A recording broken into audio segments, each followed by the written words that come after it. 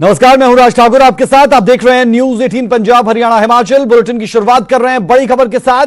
Haryana home guard के IG Hemant कलसन suspend. जी हां, शराब के नशे में पिंजौर में हंगामा किया था। हंगामा करने के बाद गिरफ्तारी हुई थी। जब महिला ने पुलिस में शिकायत दी थी तो इस शख्स को गिरफ्तार किया गया था। घर में घुसकर मां बेटी के साथ मारपीट की थी और शब्दावली ऐसी थी कि जिसे सुना नहीं जा सकता। अपशब्द भी इस दौरान कहे गए थे। गृह मंत्री अनिल विज ने सस्पेंशन के आदेश दिए।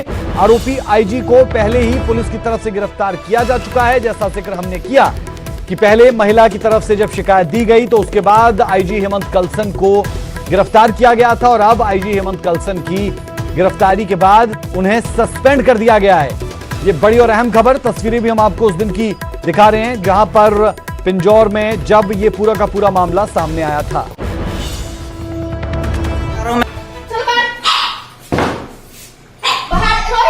हाँ, बना रहा हूँ मैं।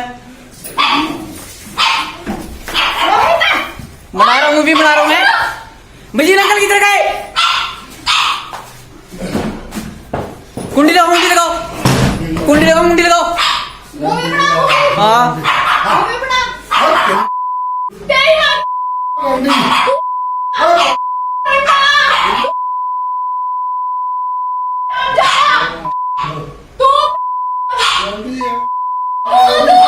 इसकी मूवी बन रही है ना?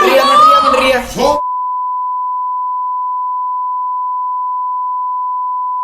पानी कहाँ से पैदा हो गया?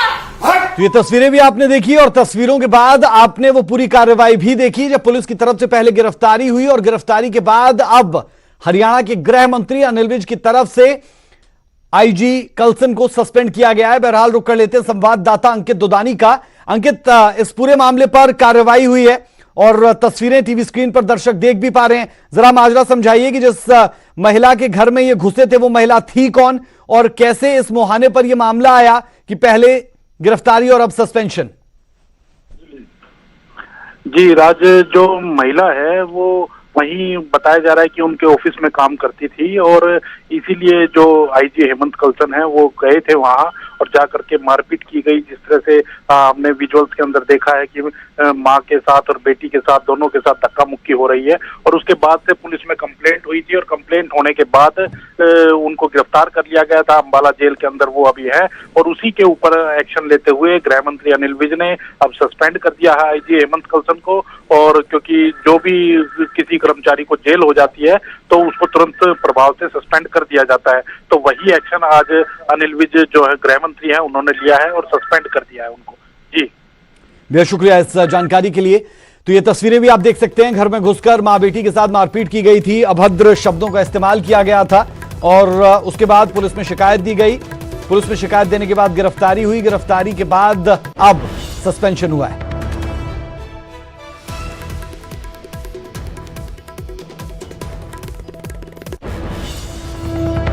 और अब हरियाणा विधानसभा से जुड़ी बड़ी और अहम खबर। एक दिन का होगा विधानसभा सेशन। स्पीकर के पॉजिटिव आने के बाद फैसला लिया गया है। जी हां, सरकार ने विपक्ष के नेता को भी विश्वास में लिया है। 26 अगस्त को बुलाया गया है विधानसभा सेशन।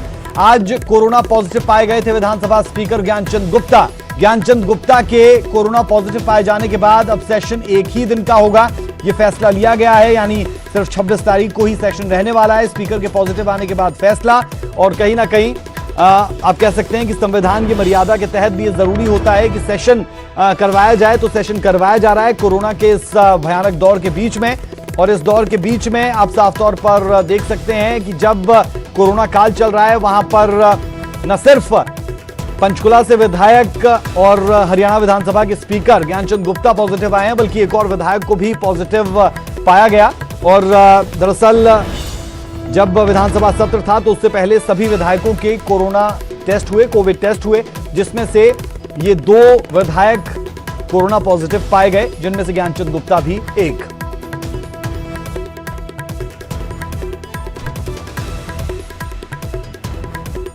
तो स्पीकर के पॉजिटिव आने के बाद ये फैसला हुआ। फैसला ये कि अब जो विधानसभा सेशन है वो एक ही दिन का होगा। जी हां, 26 अगस्त को विधानसभा सेशन बुलाया गया है और ज्ञानचंद गुप्ता के कोरोना पॉजिटिव आने के बाद अब ये सेशन एक दिन का ही रहने वाला है। बड़ी और अहम खबर हम दर्शकों को दे रहे हैं। कोरोना के इस दौर के बीच में ये मुश्किल समय, इस संकट की घड़ी में हरियाणा विधानसभा speaker Gyanchand Gupta corona positive आए, जिसके बाद अब यह अहम फैसला लिया गया है। अंकित एक बार फिर से हमारे साथ जुड़ चुके हैं। अंकित, अहम इस वक्त की खबर यह कि सेशन एक ही दिन का रहने वाला है क्योंकि विधानसभा स्पीकर कोरोना पॉजिटिव आए हैं। अपडेट चाह रहे हैं आपसे। बिल्कुल बिल्कुल राज, सूत्रों के हवाले से यही खबर मिल रही है कि अब जो सरकार की सहमति बन रही है वो एक ही दिन का सेशन चलाने की बनी है और उसके ऊपर उन्होंने जो नेता प्रतिपक्ष हैं भूपेंद्र सिंह हुड्डा, उनसे भी राय मशवरा किया है और कहीं ना कहीं उनकी भी हामी अभी आ गई है। हमारे सूत्र यही बता रहे हैं कि एक दिन का ही सत्र अब रहेगा। पहले 2 दिन का सत्र की बात कही जा रही थी कि 26 और 27 तारीख 2 दिन सत्र चलेगा, लेकिन जिस हिसाब से विधानसभा अध्यक्ष अब कोरोना पॉजिटिव आए हैं और ये भी तय हो गया है कि अब जो सेशन की कार्रवाई है वो डिप्टी स्पीकर रणबीर गंगवा चलाएंगे, लेकिन उसके बावजूद भी एक ही दिन की कार्रवाई में अभी समेटने की ये योजना बन रही है क्योंकि पंजाब का सेशन है वो भी एक ही दिन का है। तो अब योजना यही बन रही है कि सेशन एक ही दिन चलेगा। जी, यानी 26 तारीख को जो सेशन की शुरुआत है उसी दिन ये विधानसभा का सेशन रहने वाला है और उसके बाद आगे इसे कंटिन्यू नहीं किया जाएगा। साथ में ये जानना चाह रहे हैं, दर्शकों को जरूर बताइए कि ज्ञानचंद गुप्ता के अलावा और कौन से विधायक है जो कोरोना पॉजिटिव आए हैं। बिल्कुल, ज्ञानचंद गुप्ता के अलावा की अगर बात करें तो इंद्री से जो विधायक राम कुमार कश्यप वो पॉजिटिव पाए गए हैं और जो अंबाला सिटी से विधायक है असीम गोयल वो पॉजिटिव पाए गए हैं।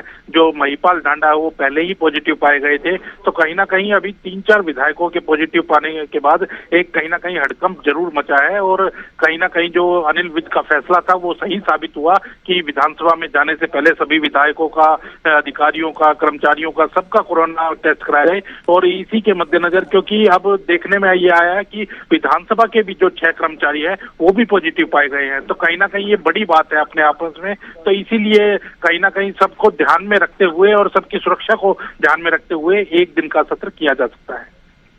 चलिए, बेहद शुक्रिया इस तमाम जानकारी के लिए। तो ये इंपॉर्टेंट इंफॉर्मेशन इस वक्त की हरियाणा के लिहाज से कि सेशन एक ही दिन का हो रहा है और उसके साथ साथ हरियाणा में अब तक 4 विधायक कुल कोरोना पॉजिटिव ज्ञानचंद गुप्ता को मिलाकर आ चुके हैं। ऐसे में आप इस मामले की गंभीरता और गहनता का अंदाजा लगा सकते हैं कि कोरोना महामारी के बीच में किस तरीके से जो हरियाणा के नेता है, विधायक है, वो भी कोरोना पॉजिटिव आ रहे हैं। सभी को ख्याल रखने की जरूरत, ये एक संदेश साफ तौर पर।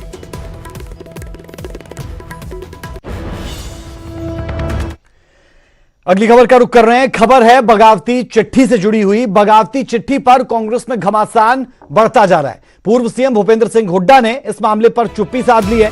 चिट्ठी पर कुछ भी कहने से भूपेंद्र सिंह हुड्डा ने इनकार कर दिया है। अंदरूनी मसलों पर कोई टिप्पणी नहीं करूंगा, भूपेंद्र सिंह हुड्डा ने कहा। कांग्रेस को जिला स्तर पर मजबूत करना है, यह बेहद जरूरी है।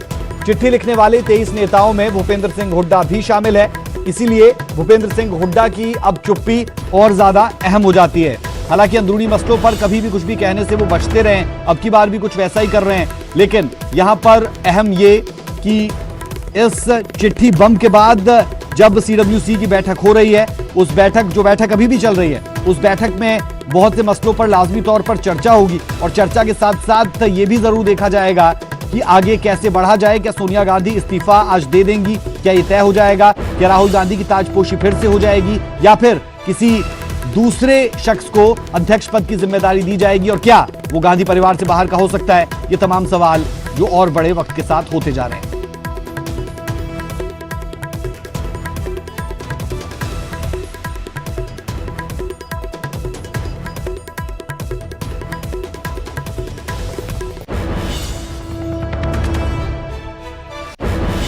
उधर कांग्रेस के घमासान पर हरियाणा के गृह मंत्री अनिल विज ने चुटकी ली है। विज ने कहा कि उनके घर का मामला है, जिसे मर्जी अध्यक्ष बनाए, हमें फर्क नहीं पड़ता। वहीं सोनिया गांधी को लिखे बगावती खत पर विज ने कहा कि ये कुनबा टूट तो चुका है, सबकी अलग अलग राय है और सबको अलग अलग यहां पर मजबूरियां भी है, दिख रहा है।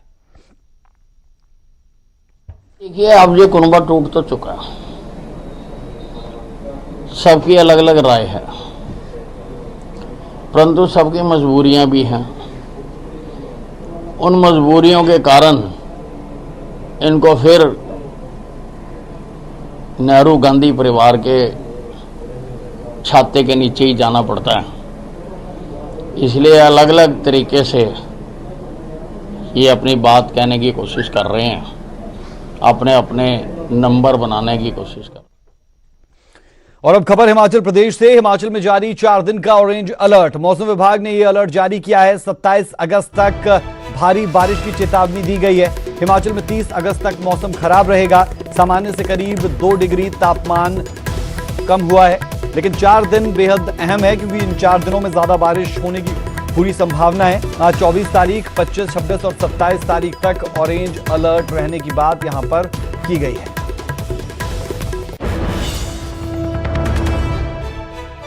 जो आने वाले दिन है इसमें भी बारिश जो है वो जारी रहेगी। खास करके अगले 5 दिन तक जो बारिश है वो हो सकती है।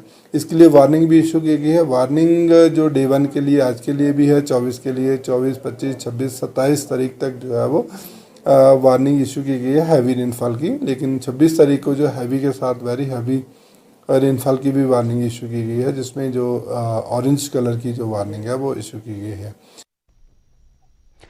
खबर हिमाचल कैबिनेट से जुड़ी। हिमाचल कैबिनेट की बैठक खत्म। नई शिक्षा नीति पर कैबिनेट की मोहर। हिमाचल में 230 नई पंचायतें बनेंगी। कुछ देर में कैबिनेट मंत्री सुरेश भारद्वाज ब्रीफिंग इस बाबत करेंगे।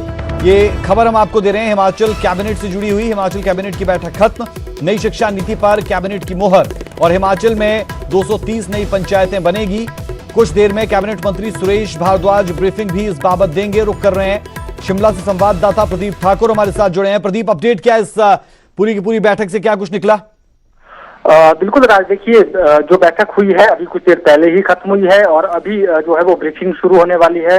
जो शहरी विकास मंत्री सुरेश भारद्वाज हैं वो इसकी ब्रीफिंग करेंगे। फिलहाल जो अभी शुरुआती जानकारी हमें मिली है उसमें यही है कि जो नई शिक्षा नीति है उसको भी हिमाचल प्रदेश अपनाएगा और कैबिनेट ने इसको मंजूरी दी है।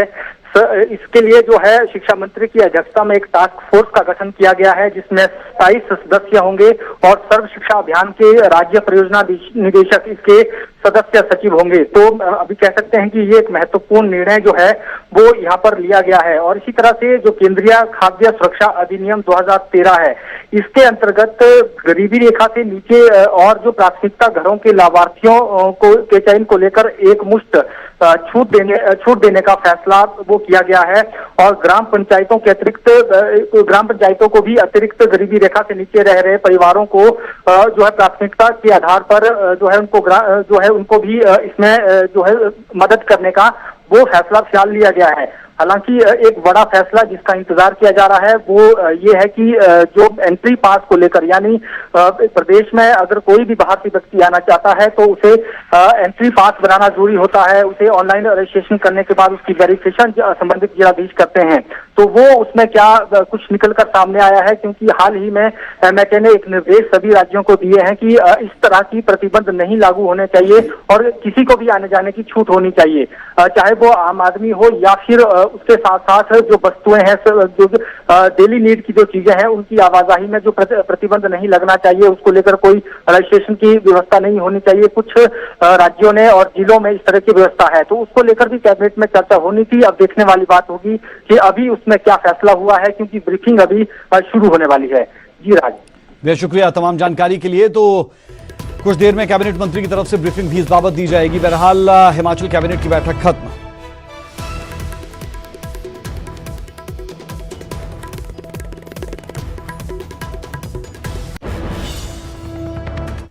और अब खबर पंजाब से, जहां सबसे बड़े कोरोना हॉटस्पॉट लुधियाना में सरकारी नियमों की सरेआम धज्जियां उड़ाई जा रही है। दरअसल सरकार ने सभी बसों को 50% सवारियों के साथ चलाने की इजाजत दी है, लेकिन चंद पैसों की खातिर निजी बस संचालक नियमों का मजाक बना रहे हैं। तस्वीरें लुधियाना के जगरांव की है, जहां बसों में 50% तो छोड़िए 100% से भी ज्यादा सवारियां बैठाई गई है। हैरानी इस बात की भी है, लोगों को भी कोरोना का कोई डर नहीं और सोशल डिस्टेंसिंग की सरेआम धज्जियां उड़ती हुई साफ देखी जा सकती है। तस्वीरें आपके सामने हैं और इन लोगों के लिए भी ये सबक होना चाहिए और उन निजी बस मालिकों के लिए भी जो नियमों की धज्जियां उड़ा रहे हैं कि इस तरीके से अगर वो करेंगे तो वो अपने साथ साथ औरों की जिंदगी को भी मुश्किल में डाल रहे हैं। जगरांव से ये तस्वीरें सामने आई है, जहां पर साफ देखा जा सकता है कि कैसे नियमों की धज्जियां उड़ाई जा रही है और एक के बाद एक लोग इस बस में चढ़ते हुए, और 50% तो छोड़ दीजिए 100% से ज्यादा लोग इस बस में साफ तौर पर देखे जा रहे हैं।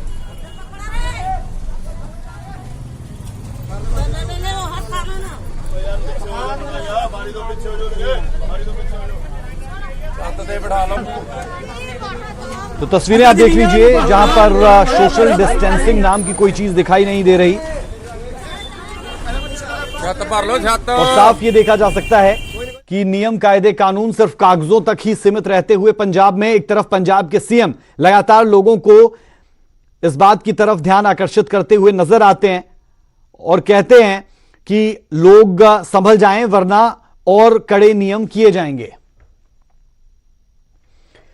तो ये तस्वीरें आपने देख ली। अब सीधे रुक कर लेते हैं जगरांव का संवाददाता देवेंद्र जैन हमारे साथ जुड़े हैं। देवेंद्र, ये तस्वीरें अपने आप में बता रही है कि नियमों का कितना पालन किया जा रहा है। क्या इस बाबत किसी तरीके की कोई कार्रवाई करने की तरफ प्रशासन से लेकर पुलिस बढ़ती हुई दिखी है या फिर ये तस्वीरें कैमरे में कैद होने के बाद भी ऐसी ही तस्वीरें लगातार जगरांव से आ रही हैं?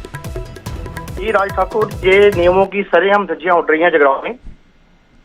प्रशासन का इसकी तरफ कोई भी ध्यान नहीं है और लोग भी अपने आप को बचाव नहीं रख रहे हैं। देखो आप बस में कितना रश है, बुरा हाल, एक दूसरे के ऊपर लोग चढ़ रहे हैं, फिर भी किसी तरह की प्रशासन की किसी तरह की कोई निगरानी नहीं है उसके ऊपर। बिल्कुल, और इन तस्वीरों में साफ तौर पर देखा जा सकता है। क्या प्रशासन की तरफ से ये वीडियो सामने आने के बाद कोई कार्रवाई करने की तरफ कदम बढ़ाए जा रहे हैं या फिर अभी भी आंखें मूंद कर ही प्रशासन? जी राज ठाकुर, प्रशासन की तरफ से किसी भी तरह की कोई भी अभी तक कार्रवाई नहीं हुई है। ये लगातार का डेली का यही काम चल रहा है इसी तरीके से। ये एक बस का काम नहीं है, लगातार रेगुलर यही बसें चल रही हैं सारी। चलिए, शुक्रिया जानकारी के लिए। तो सिर्फ एक बस नहीं और जो तमाम बसें हैं जिनका जितना दाव लग रहा है वो उतनी सवारियां लेकर जा रहे हैं और ये तस्वीरें बताती हुई कि नियम कायदा कानून कहीं पर नजर नहीं आ रहा और लोग भी अपने गंतव्य तक पहुंचने के लिए खड़े हुए आपको नजर आ रहे हैं और बस अपने गंतव्य तक पहुंचने के लिए अपनी जान को भी खतरे में डाल रहे हैं। अगर ये कहें तो गलत नहीं, क्योंकि आप जब बस में हैं तो सोशल डिस्टेंसिंग निभाना आपके लिए बेहद मुश्किल है और इसीलिए सरकार की तरफ से 50% बस में सवारियां बिठाने की बात की गई थी, लेकिन उसके बावजूद क्या हो रहा है आप देख पा रहे हैं। बुलेटिन में वक्त एक छोटे से ब्रेक का है। ब्रेक के उस पार भी खबरों का सिलसिला जारी रहेगा, आप बने रहिए हमारे साथ।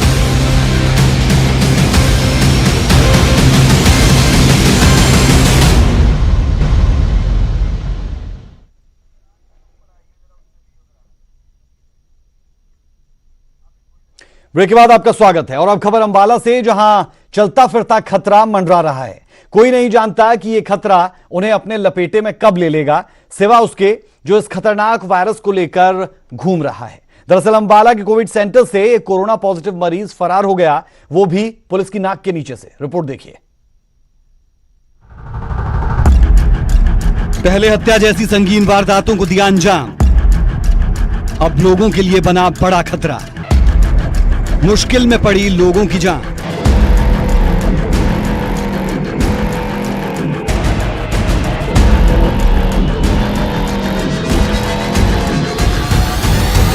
जो खतरा दिखे इंसान उससे बच सकता है, लेकिन जो खतरा ना देखा हो, ना महसूस होता हो, उसे कैसे पहचाने, कैसे बचे?